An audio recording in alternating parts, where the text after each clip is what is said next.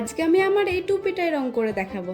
এমনিও টুপিটা কেমন যেন ছেলে ছেলে দেখতে, তাই ভাবলাম একটু ডিজাইন করে দিই। প্রথমে যখন কালার করছিলাম পুরো কালারটাই টুপির মধ্যে অ্যাবজর্ব হয়ে যাচ্ছে, তাই প্রথম লেয়ারটা শুকানোর পরই সেকেন্ড লেয়ারটা বা থার্ড লেয়ারটা করতে হবে। এখানে গাছের ডালের একটা সাইড ডার্ক কালার দিয়ে করেছি। আমার কোনো জিনিস সাধারণ একদম সিম্পল তো হতেই পারে না, আমি ওর মধ্যে কলাকৃতি তো করবো। কোম্পানির লোগো দেখা যাচ্ছে তো কি হয়েছে, আমি ওর সাইড দিয়ে ডিজাইন করে দেবো। এবার একটা ইয়ারবাডস নিয়ে ওর মধ্যে ফুল বানাবো। এখানে প্রথমে আমি লাল রঙের ফুল বানাচ্ছিলাম, যেটা একদমই দেখতে ভালো লাগছিল না আর ঠিক মতো হচ্ছিলও না, তাই আমি প্রথমে সাদা রং দিয়ে ফুল বানিয়ে নিলাম। এরপর আমি এর মধ্যে লাল কালার দিয়ে শেডিং দিচ্ছি। সব ফুলগুলো করে নেওয়ার পর এটা কিছুটা সেই জাপানিজ চেরি ব্লসমের মতো দেখতে লাগছিল। লাস্টে গাছের ডালগুলো একটু ভালো করে দিলাম যাতে একটু হাইলাইটেড দেখতে লাগে। একদম শেষে কালার দিয়ে ছোট ছোট ড্রপলেট ক্রিয়েট করেছি। তোমাদের সবার এই ডিজাইনটা কেমন লাগছে অবশ্যই কিন্তু কমেন্টে জানিও, এবং ভিডিওটি ভালো লেগে থাকলে লাইক এবং চ্যানেলটি সাবস্ক্রাইব করতে ভুলো না। দেখা হচ্ছে আবার নেক্সট ভিডিওতে।